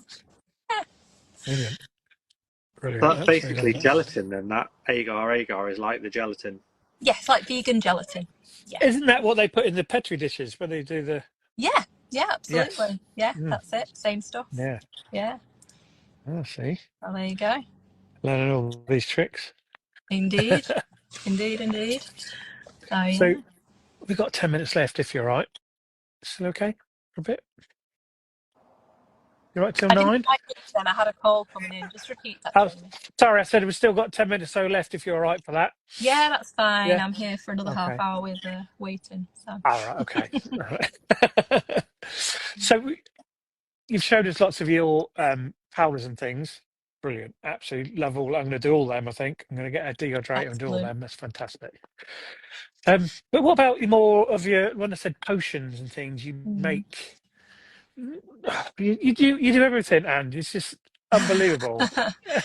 Every day I So, see something new come on your grid, and I think, oh my well, yeah. I mean, not that I'm bad at sticking to one thing or anything, Jamie, you know, but I do like to have a few things on the go. But yeah, I think I really, I don't know, found a lot of interest and kind of confidence, more of a confidence around using plants as medicinally as well as to God. eat.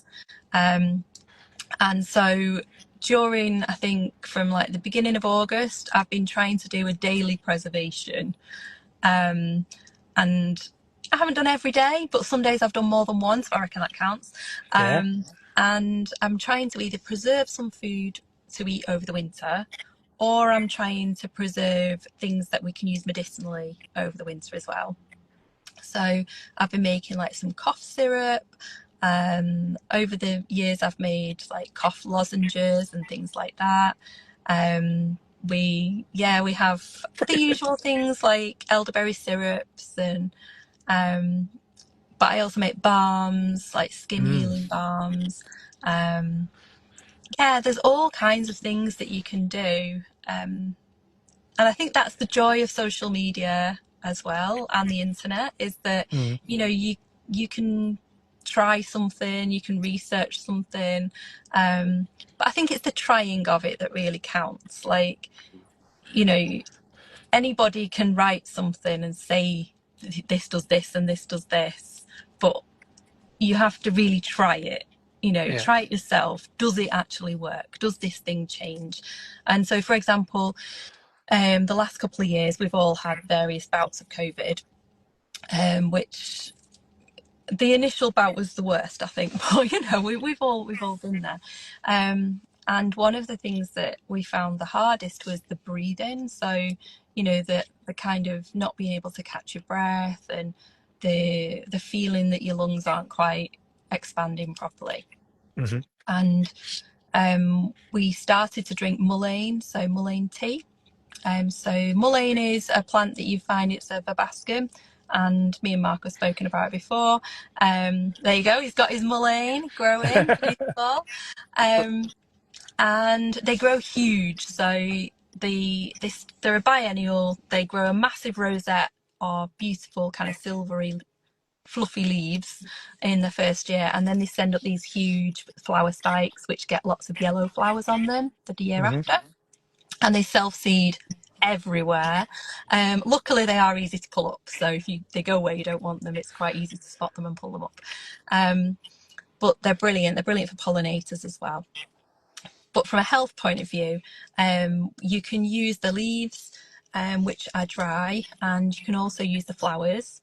The flowers tend not to all come at once either, so they're really quite handy to have like in the back of a border, because the flowers, they just randomly open up and down this big flower spike for weeks and weeks and weeks, and maybe even months. And I just you have to harvest them as you go.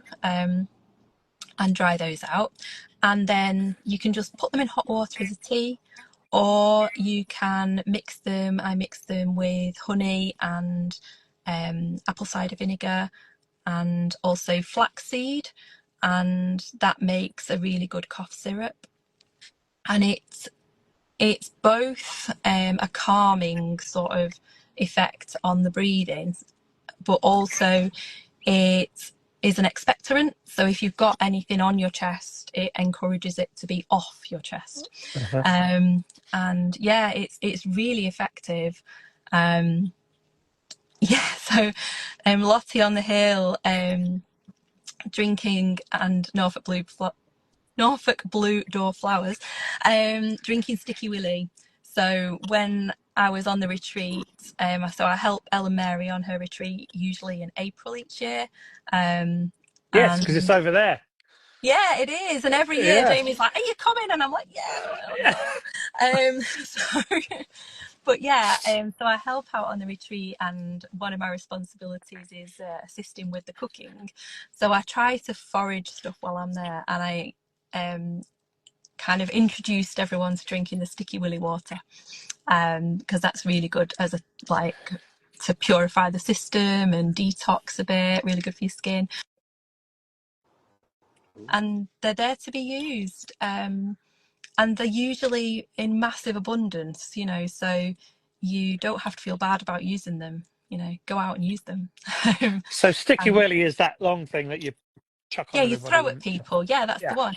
So you Yeah. literally, when it's there and it's green. I mean, at this time of year, it's gone to seed, but Yeah. when it's green, you just get a handful of that, shove it in some clean water, put it in your fridge overnight, and then drink it the day after. That's it. Wow. Super, super easy. It tastes a little bit cucumbery and refreshing, and Mm. is really good for you. Apparently the seeds are the most like coffee substitute you can get in the UK. So Oh, the Sticky Willy plant and the coffee plant are related somehow, I oh. believe. So me and my daughter did decide that we would try this, and we'll try and collect enough Sticky Willy seeds to make a cup of coffee. Um, it turns out it's really hard to collect them because they're tiny. Yeah.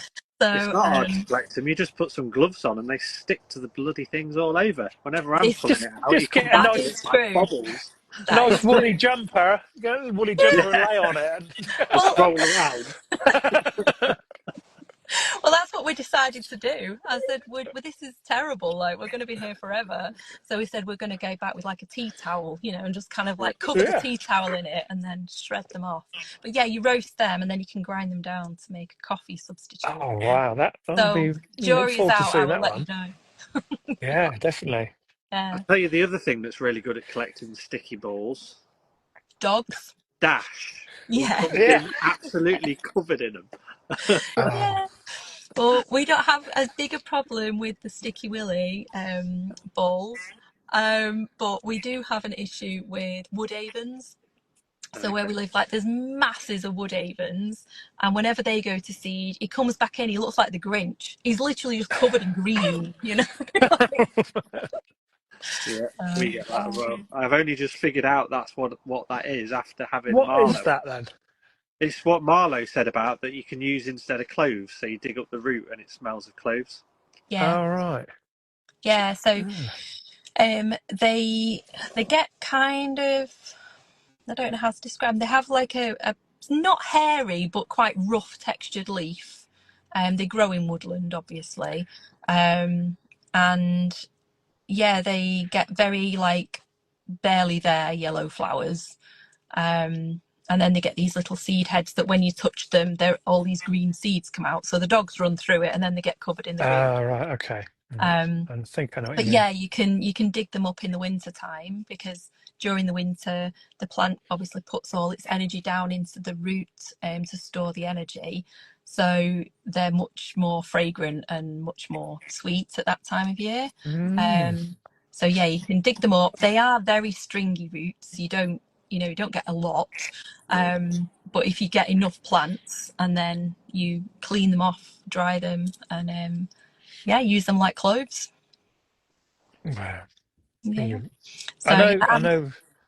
Go on, sorry, keep going. so I was just going to say, so I'm slowly developing my wild spiced rack, and we've got various things going on there. But I have been told that one of my jobs in the next week or so is that I need to organise and label said jars because no one really knows what's in there anymore. They like open the pantry and they're like, "Is this edible? Like, what is it?" So yeah, I need to. And I think I'll have to kind of put what like regular spice they're most like. I think that might be Yeah, helpful. Yeah. that's a So good like idea. hogweed, wild cardamom, that kind of situation. Mm, Yeah. yeah, good idea. I Mm. know in earlier on in the year, a big thing you do a lot with is stinging nettles. Yes, I love the stinging nettles.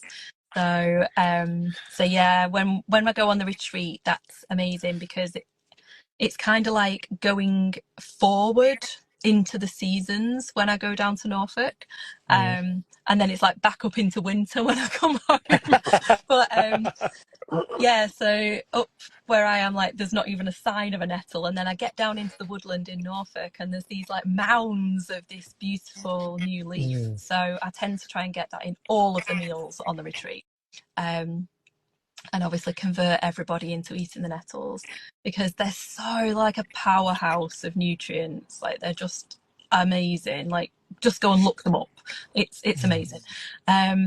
But at this time of year, you can't really eat the leaves if your plants have gone to seed, which mostly they have at this point now. Mm. Once they go to seed, the leaves contain quite like a huge amount of oxalic acid and other things Okay. that can cause you to have like issues with your bladder Yeah. and painful wheeze. Nobody wants that. No. So don't eat your nettle leaves at this time of year. But the good news is that at this time of year they're full of seed, so you can totally indulge in those. And the nettle plants will grow either as male plants or female plants. You can tell the difference because the seed, it's really just the flowers on the male plants. Male plants don't get proper seed, but what looks like the seed is it will grow kind of outwards, and there's very few seed on it. It's very sparse. And then on the female nettles, they're kind of drooping down, and there's loads of seed on there. So you'll be able to tell the difference. They tend to grow in patches of male or female. And then yeah, you can just harvest those female seeds, dry them out and use them. They have really high in serotonin, so they're quite good as a happy pick me up. They really good energy boost, so brilliant sprinkled on your cornflakes in the morning or yeah, in your smoothie or whatever. Yeah. Bloody brilliant. That's Yeah. so interesting. It I'm just is, gonna it's go see if I can find. fascinating. Yeah, Blows and my I mind. just love the fact Is he that going to get he's going to get a stinging nettle, isn't he? probably yeah, give him a little energy boost. He won't be able to sleep tonight. Oh, but Yeah, yeah, brilliant. I Love it. love the fact that Absolutely there's love it. just always more to learn. There's Mm. yeah, I think that's the joy of the gardening, that it's not kind of a narrow thing. There's always something new Mm. to grow. There's always something new to try. We've been growing a few weird and wonderful things this year, so Yeah. I'm going to be adding those to my page in the next few days. We Mm. started with the tiger nuts, which are brilliant. They're like so fun to grow. And yeah, they grow really easily. They're one of the things that Never do heard of brilliant in them. drought. Well, You'll be glad to know about this, Jamie. We are too young to know about tiger nuts, apparently. Yes. Um, but they used to be kind of probably war times, maybe a little after Okay. war times. Quite a good like snack. They used to sell them in the sweet shops, apparently. So Oh. they'd roast them and sweeten them, and then you could buy them like instead of midget gems. Oh wow. Yeah. So tiger, we thought you'd be going to get one. It's a boy.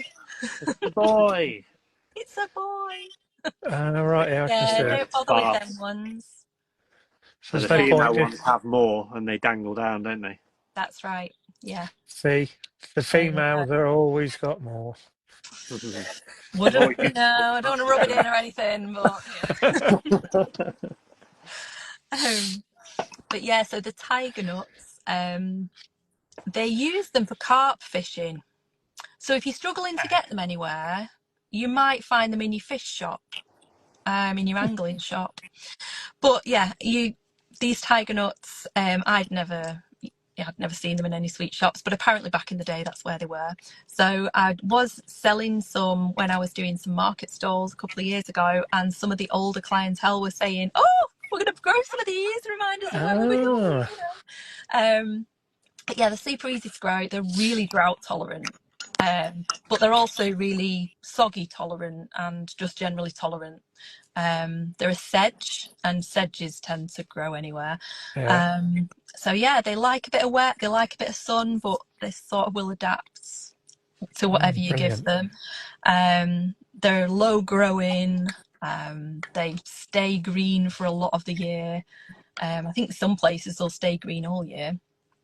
But yeah, and you just let them grow, and then you dig around, and when you find you've got your little tubers growing, you pull them up and you harvest your tubers, and they're about the size of a big pea.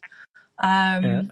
And you wash them, you can roast them, put a bit of paprika or garlic or whatever on them and have them as a snack.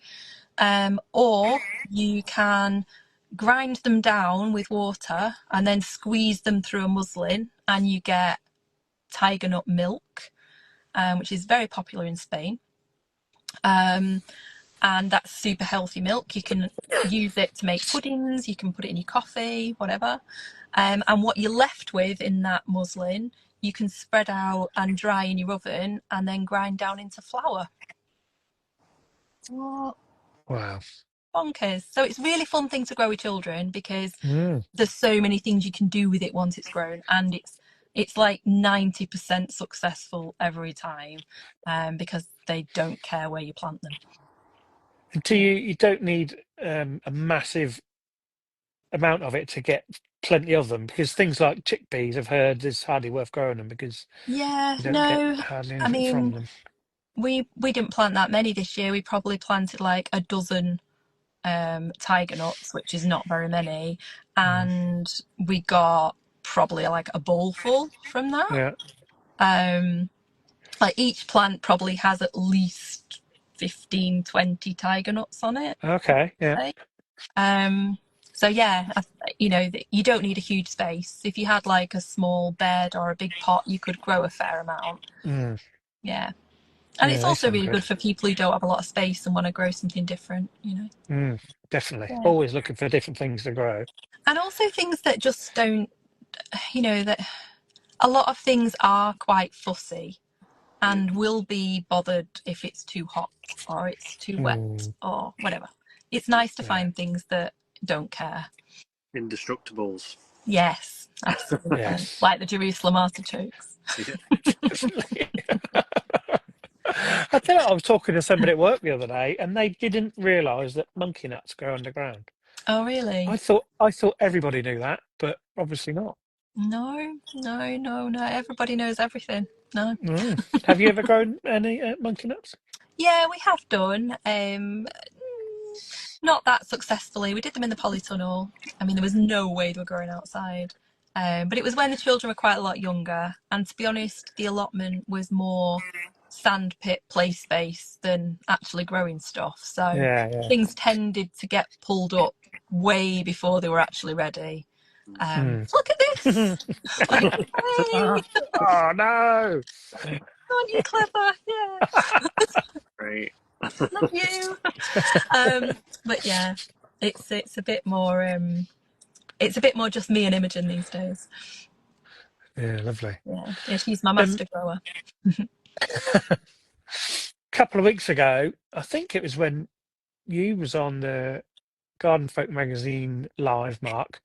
I said about my amaranth, Mm. Yeah. and you said, "Oh, I want to see you grow and make something from it." I wouldn't have a clue what to make from it. So the best I thing that grow I it every year, found but I just don't. I just leave it, to be before it honest. flowers, use the leaves like spinach. Okay. Okay. Once it flowers, wait till it goes to seed. So when you shake it, little kind of creamy white seeds should kind of come off it. Okay. Um, collect those up. So it's good to have like a little paper bag or a pillowcase or something. Just go around, shake them all in there. Collect all of that seed. It comes off really clean usually. But if you do get quite a bit of chaff, you'd have to kind of shake it off. And then just put that into a dry pan and Hmm. heat it with a lid, and it'll pop like popcorn.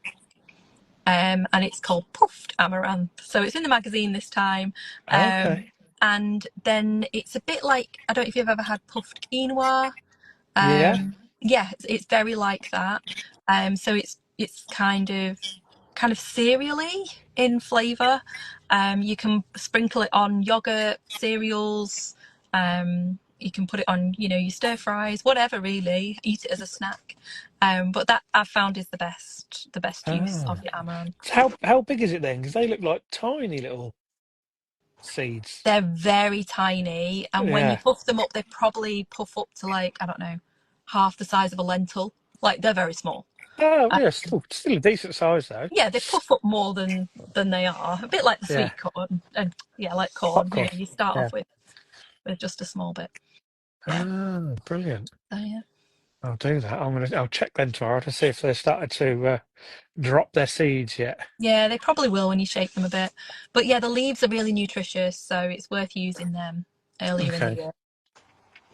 Yeah, they always grow. I never plant sow any seeds. It's obviously No, I just think once you've got them, self you've seed. got them. Mm. Well, if you've got where you are, you've probably got them. I'm not sure where I am. The same will be true. Too Speaking of wet. quinoa, Oh, very nice, Mark. Look, you've got all the like. It's like Blue Peter, isn't it? It's actually Fabulous. So is this look at that. now? My amaranth is red, so this is a different type of amaranth, isn't it? That is quinoa though, is it, Mark? proper quinoa, yeah. Ah, okay. Very Wow. nice. It's the same family, obviously. How hard is that to grow? Because I've never grown quinoa. Really, really easy. The only Yeah. thing is, for a long time, it looks like fat hen, and I was googling Ah. Oh constantly. yes. Is Oh it? yes.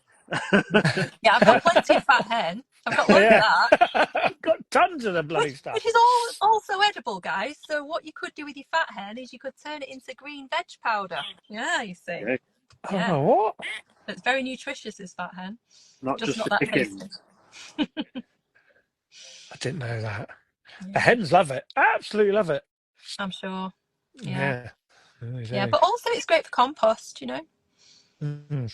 Yeah, if you make your own compost, then anything that grows nice and quick and you can pull it up easy is a win, Yeah. isn't it? You can pull it. It's not very deep rooted, is it? You can yank No. it out really easy. Yeah. Mm. So, either of you growing any squash this year? Oh Hmm. yeah, Yeah. How's the squash going? amazing. They're not as good as previous years, but I have had some probably above average years in the past. This year, well, it's obviously because the water I haven't watered enough, like Mm. many people. But I've got several lovely different varieties. Oh, nice. What's your favourite, do you Mm. think? Mm. My favourite's always Crown Prince for taste. I love the Crown Prince. It's just the best tasting out of Yeah. all of them. Yeah, everyone always raves Um, about that one. yeah, it tastes really good. But I haven't eaten any yet. There's I did notice one had dropped, fell off. Okay. So that must be ready. Yeah. So yeah, It's taking itself to the kitchen. Yeah. that's it. Yeah, I've got Yeah. several tromboncino again. I didn't think I was going to get any, but they've now done their thing. They were getting quite long and then Okay. right on the end. But I tell Oh, you one thing I have got.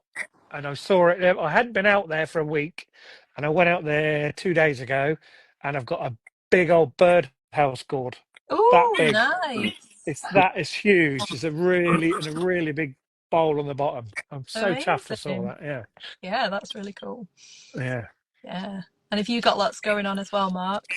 Yeah, my arch is for the first time ever covered in squash, so it's the Yay. most successful year on the squash arch. Awesome. Mm. I should have fair amount, whereas last year I had like three, I think. Yeah, this is my aim for next year. I'm going to dedicate like almost like half my plot nearly on the new plot to squash. I'm going to have a Mm. big squash bed. They're Yes. brilliant, aren't they? Because they just Yeah. Yeah, for store for sure. ages. Yeah. Yeah, I'm I've excited. still got. I think I've still got two butternuts from last year that I grew that are still in our pantry. Excellent. Still Yeah, it is perfect. Yeah. amazing how long they can last. Yeah, Mm. You'll have to Just send got your to make best sure. pictures. You'll have to send your best pictures over to the magazine. We're doing a special on Oh yeah, squash of pictures course. this month. And I can't Mm. send any because mine are all still at the flowering stage. I don't think I'm getting any squash this year, but that's okay. There's next year. My squash last year would have been. Oh, they were amazing. I've never seen nothing like Yeah. it. I had peanut squashes 3 times the size of my head. They were fantastic. Yeah. I had a better year for squash last year, despite the rain. Mm. But I Mm. think maybe that's the issue this year. It's just been too dry for my plants to get going. Too Mm, dry. Yeah. Mm. yeah. Yeah. I actually Um. found an uchi that's about this big, and they're usually like tiny little ones, aren't they? Yeah. But it's like this. Wow. It's like a Yeah. normal pumpkin. That's another one Incredible. I do like. I do like uchikukuris. Yeah, Mm. They're great for single servers, really, aren't they? So you get them like that and just cut the yeah. top off. Yeah, I won't bother with Yeah. them. Yeah. We need four. Although Yeah. mine, you serve your family with that one. It's huge. Yeah, yeah, you can send me that one, Mark. That's fine. let's just have a few minutes chatting about the magazine. Yeah. So, Brilliant magazine. I love it. Um, I read it every month. I haven't looked at it yet, but this month's one. well, you But will be I doing now to find your puffed amaranth recipe. definitely. Yeah. But yeah, no, it's brilliant. We still love it. We've been doing it for a couple of years now. And we just find it's a brilliant way to like bring the community together. There's like writers like Mark who, come back again and again, and thank you, Mark. And Don't get rid of me. well, not thank you actually, because he always tells me all these blooming plants that then I'm like, oh, now I need that, it's costing me a fortune. But anyway, but yeah, some brilliant writers. We encourage anybody who wants to write for us.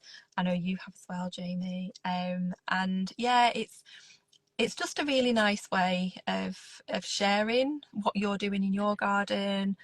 We've had people who've done like show gardens who've took us through that journey, which is great because you don't always get to see how it happens. Mhm. We have recipes. And we do have themes each month, but we're not stuck to them. So we tend to just say, if there's something you want to write about that you're passionate about, write about it and we will make it work. Yeah. And yeah, anybody can write, please do. Yeah, it's lovely. And also quite a lot of people who've come to write for us, who've never written before for a publication. It kind of gives them that confidence, and then maybe they'll go out and do something else. It's quite daunting to write something that you think lots of people are going to read. For sure, yeah, Mm. definitely.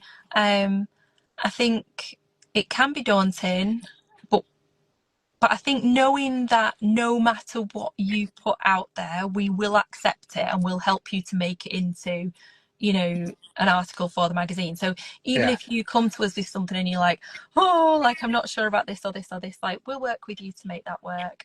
Mm. Um, and we want it to be a community magazine. It needs to be reflective of the people reading it. Mm. And so if you're doing it or it's important to you, then it works in the magazine. You don't need to feel like, oh, maybe I should be writing about this, or that's not what we're interested in. So No. yeah, do give it a go. And I think it's a really big confidence boost for people. I know it was for me when I first started writing for the magazine. I definitely felt like, you know, it was a bit scary, but then like it's there and you've done it, um, and you usually get pretty good feedback from it. So yeah, it's really nice. Yeah. And yeah, hopefully it's a good read. Hopefully people enjoy reading it. Yeah, it's so I've been writing for our local paper now for 2 years. Amazing. Every week for two Very years. good. That is commitment. Yeah. It's hard work sometimes, but I Mm. really enjoy it. But I think I don't think about it as much because I don't see those people. Yeah. Once I've sent it to the editor, it's gone. I Yeah. don't go and buy the paper and read it back myself, or anything for that. But then every so often, I'll put my email on the bottom of my article and say, "Oh, if you've got any questions or to talk about anything," and Mhm. then people email me. I'll go, "Oh, people are actually reading it." Do you know what I mean? Yeah. It's really, Yeah. Yeah. I it's know what you really mean. strange. Yeah, Yeah, that's true. Yeah, occasionally because I run workshops as well. Mostly that I run workshops in my local area. Sometimes I'll run workshops like at the retreats and things like that. Um, but occasionally I get people who'll travel a bit and come to one of the workshops and they're like, oh, well, I've come because I've seen you on Instagram, or I've come because, I've read this that you wrote in the magazine. And I'm like, yeah, oh, like, oh, people are actually, like you say, like somebody read it. That's great. yeah. Um, yeah, but when you're putting it out there week on week, month on month, that isn't really your focus, is it? Your focus is just getting that out there. Yes, it is. Yeah. Yeah, So getting to that deadline because I know the editor's going to be on the phone going, "Where is it? If you want it in this week, get it." yeah, because editors like me and Ali are there then like midnight the night before. Somebody's Yeah, there, oh, we couldn't quite get it to you in time. We're like, it's okay. not. Yeah, I know what But you it is mean. Yeah, okay. We always manage it, and me and Ali are pretty. I think even if everything came in on time, we would still be there midnight the night before. yeah. That's just our work. The way we do Well, it. you do a fantastic job because there's Thank lots you. of people read it and enjoy it. That's the hope. That is the hope. Yeah. Yeah. So when you came on last time, Angie, I don't think you had. No, she didn't have the quick fire questions, did she, Mark? No, No. I Oh, listened to the episode to make sure you didn't have it, so you did not have Did you? this is mean. What are you doing to me now? So, okay. I'll have a sip of my tea. I'll be ready. So the first one is favourite band or artist. I'm gonna go old school. It's probably Oasis. If I had to just choose one. Yeah. Oh yeah, why not? Classic. Good Yeah. 'un. Yeah. It was my first, I think, proper concert at 16. So down in the mosh pit. Next one is in the summer, are you a cuppa in the morning sun or a cold drink relaxing as the sun goes down? Probably both, just making the most of it. But if I had to choose one, it'd be the morning. Morning. You can still do that in the Do, winter as well. Yeah. do you make any alcohol, Angie? Well, I've infused alcohol before.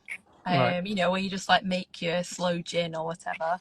Yeah, But yeah. this year, my youngest son, and I do not condone underage drinking. Okay, let's just put that out there now. But my youngest son is making plum wine. Good Um, boy. mm. So he says he's going to taste it, but he's making it for various members of the family, and then he's going to save a bottle for when he's 18. So that will Brilliant. be very nicely matured by then. Fantastic. Sorry, Mark. Right. Next one, flowers or edibles? Edibles every Gotta time. be. I mean, yeah, it's got to be. It's gotta be. Beach or forest? It'd be the forest, I think, if I could only have one, but it would be a hard choice. I live well, I'm saying live in the forest. That sounds really grand. I live in by the woods. Yeah, So that's like what I'm used to. And I think I would miss that more on the beach. than because I'd only visit the beach. So Yeah, if I didn't Yeah. visit the beach, I'd be like, oh, that's sad that I've not been to the beach, but I'd probably miss the forest more. Mm. good answer. I've just realised me and Angie look like something off Bohemian Rhapsody. Oh, my little silhouette on. You do actually look like you sat next to each other as well. You could be like. Just do so. I can do like a little light show. There you go. Look at Oh dear. Next one is go-to emoji in a text message. that. It's either like yay laughing emoji or oh no what have I done emoji. Yeah. Apparently, we're old if we use that hey laughing one. Oh well, I don't Yeah. care realistically. Embrace it. That's the one I use all the time. If you could only have one snack for the rest of your life, what would it be? Fruit winders, Good homemade. Good answer. one. I was hoping you were going to Yes. do that. Finish the sentence. My perfect day would be. Coffee in the sunshine, a walk with the family and the dog, lunch cooked by someone else, and maybe a theatre trip in the evening. Nice. Oh, brilliant. Brilliant day. Failing that, just me on my own at the allotment. Lovely. Yeah. Nice selfish day. Today's favourite plant? Today's favourite plant is the plum tree because we were driving home and we found one growing wild and they were the best plums I've ever tasted. Oh, wow. Free Winner. plum. Free plums. Next one's favourite season? Spring. Spring every time because it's full of hope. Nothing's gone wrong yet. Growing season. It's fabulous, yeah. If you could make one thing disappear from your garden or the gardening world, what would it be?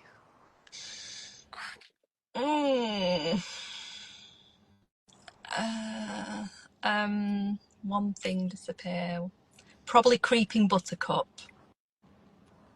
Because it has zero use to me and it's really difficult to eradicate. Yeah. And it's poisonous. Yes. Can't eat it. No. Don't eat that, guys. Don't eat that. Don't even feed it your chickens. Definitely not. Favourite weed? Not buttercup. Favourite weed? Nettles, obviously. Definitely gotta be very useful. Yeah, people do. Sorry. No, go on. I'm not good at quick fire, am I? I'm just waffling. Yeah, people do criticise me sometimes. I do have a designated nettle bed at my allotment, like a 2 metre by metre bed that is just for nettles. Well, at least they're contained. Well, exactly. I mean, there might be other nettles growing around other places, but you know, that's where they're meant to be. Yes. Yeah. But then if somebody says, oh, you can't have those because they'll spread the seed. No, they won't because I'll collect them. Yeah, exactly. That's what I'm growing them for. So it's fine. Garden visit or plant shopping trip? Shopping trip. I love a garden visit, but inevitably it ends in buying the plants anyway. So just cut to the chase. Yeah. Definitely. What's your favourite gardening scent?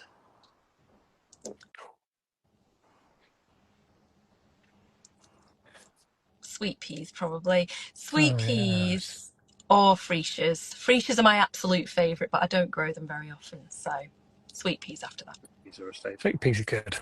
Yeah, you can't really beat sweet peas. No. Roses are pretty good though as well. If you could choose 3 people to garden with, who would they be? Ooh. Well, my children. I do love gardening with my children, and that's more than 3 people. But if they could be counted as one person, then it'd be my children. It'd be my dad, who's no longer with us, who was my original gardening buddy. And I'd really like to be able to garden with my dog. He's just not a good allotment dog at the moment. One day it'll happen. Yeah. But yes, no famous gardeners. I'm good. Just the nearest and dearest will be lovely. I'd say my husband, but he really hates gardening, so you know. Just It's building fine. sheds. It's fine. Well, I mean, yeah, yeah, he came and built my fence for me. I'm very grateful. So, Exactly. And then the final one is, what would you want your gardening legacy to be? that maybe a few more people grow a bit more of their own food and know a bit more about the plants that they can use to improve, their happiness and their Mm, health. If mm. if I could know that, then that would be great. I was very proud this week when my daughter started her first job, and she baked biscuits to take in on her first day, and they were all like, homegrown and homemade biscuits. And Brilliant. just like, yay! A So yeah, wonderful. Fantastic. start at home. But yeah, that's what I love about the workshops. One of the things that I do each year is at the Festival of Making, which is in a city near us called Blackburn. And if you can travel to there for it, it is brilliant. It's like a whole weekend of free workshops. It's all funded, so the artists all get paid, but you get to turn up as the public for free. Some of them are Oh, pre-booked, but most things just turn up on the day. It's a brilliant thing for families. There's loads for children, loads for adults. And yeah, it's really good because a lot of my workshops, people are booking them because they have an interest in it. So you're kind of preaching to the converted. yeah. And I love doing it because you meet so many people, who have similar interests to you, who are really enthusiastic about the things that you're enthusiastic about, which is amazing. But I love the Festival of Making because people show up on the day and are just kind of like, oh, it's free, I'll give it a go, or they're there with the friend and the friend's like, I want to do it, and they're like, well, all right, then I'll do it with you.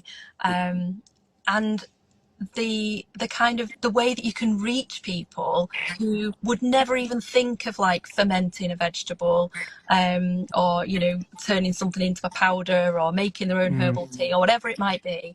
And the enthusiasm that you have for it and the feedback that I get from that festival is just amazing, of people being like, I can't believe that I would never have known about this, and I'm so excited to try it. I'm so excited to do it at home. So yeah, I think that education and that spreading the joy is what I really love about it. sounds good. Sounds It really, is. really It's good. great. Yeah, yeah. Yeah. Well, I think you're going to get a knock on the window in a minute and say, "Let me in." Yes. Yeah, the boys will be back. Um, Oh, but thank you Angie, very it's much been for having brilliant. me. Oh, It's a don't pleasure. thank us. Do Yeah, thank no. you. It's been brilliant. I knew it was going to be good, and we didn't even get onto fermenting. No, we God, didn't. Have to save that never for mind. next time in Yeah, we'll have another another one. 10,000 hours or whatever. 541 days. That's the Oh, one. I'll put it in my wow. calendar. All right. Okay. Thanks ever so much, Angie. Have a good evening. No worries. Thanks, boys. See you later. See you later. Bye. Bye. Bye. Brilliant. Love Angie to bits. Yeah, I could talk to Angie all night, and Yeah, I'd she's love to fantastic. have her round the corner and go and raid her little pantry, because I'm sure she's got some wonders God, in there. Like, can I borrow gotta a make cup of? some of them and fruit binders. Oh, Yeah. Yeah, I they're need to crack lovely. my dehydrator out because I got that last year to preserve some fruit. Oh, have you got one, have you? Yeah, it wasn't Yeah, I much. need It to. was just a cheap Amazon one, but it did really good at doing the tomatoes. And I just chopped loads of tomatoes and then chucked them in the freezer. So I've had those all winter to add Yeah, to. So yeah, I'll definitely have to give those fruit winders a whiz. definitely gonna do that. Yeah. There's a couple of slow bushes down the alleyway over there as well, covered in big, fat, juicy sloes this year. Go and Yeah, get some of those them. are really good this year. Although Mm, everything, because it's a mast year, anything fruit related seems to be. yeah, So it's all doing really well. Well, it's a long one, Mark. Half I past think nine. it might push to the longest ever. I think. Oh, Definitely the latest we've ever been. Well, it's the latest for a long time. Still be out here at 9:30. 9:30. Yeah, definitely. So you look That's like you're in the daylight. You do. my light. It's that bright. It's good light that. Yeah, very good. As you faded into the darkness. I know. I was just sitting there, couldn't see me and Angie sitting next to each other. I thought that looks exactly like Bohemian Rhapsody. I couldn't Oh, join in. brilliant. No. Right, time to scoot. Yeah. Hopefully you've had your tea today. I have eaten, yes. Good, because you'd be starving by now. I'd be hungry by now, yeah. I haven't seen any. Sorry, I haven't been interacting in the comments. I haven't seen any since your dad said domino. Woohoo!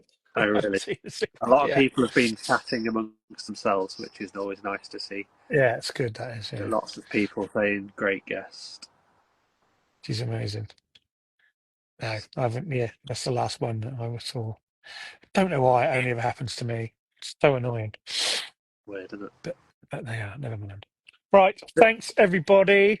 Yep, thanks everyone. See you next week. Same See you time, next week. I think. See you soon, Mark. Are we definitely on Tuesday next week? Tuesday. Oh, I can't remember. It's the week after. That Week after we got. There's going to be one on a Wednesday and one on a Monday. Yeah, just to confuse everyone. Just yeah. It might be Monday next week, to be honest. We'll let you know. We'll let you know in good time. Yeah. Right. See you later. See you later. Bye. Bye.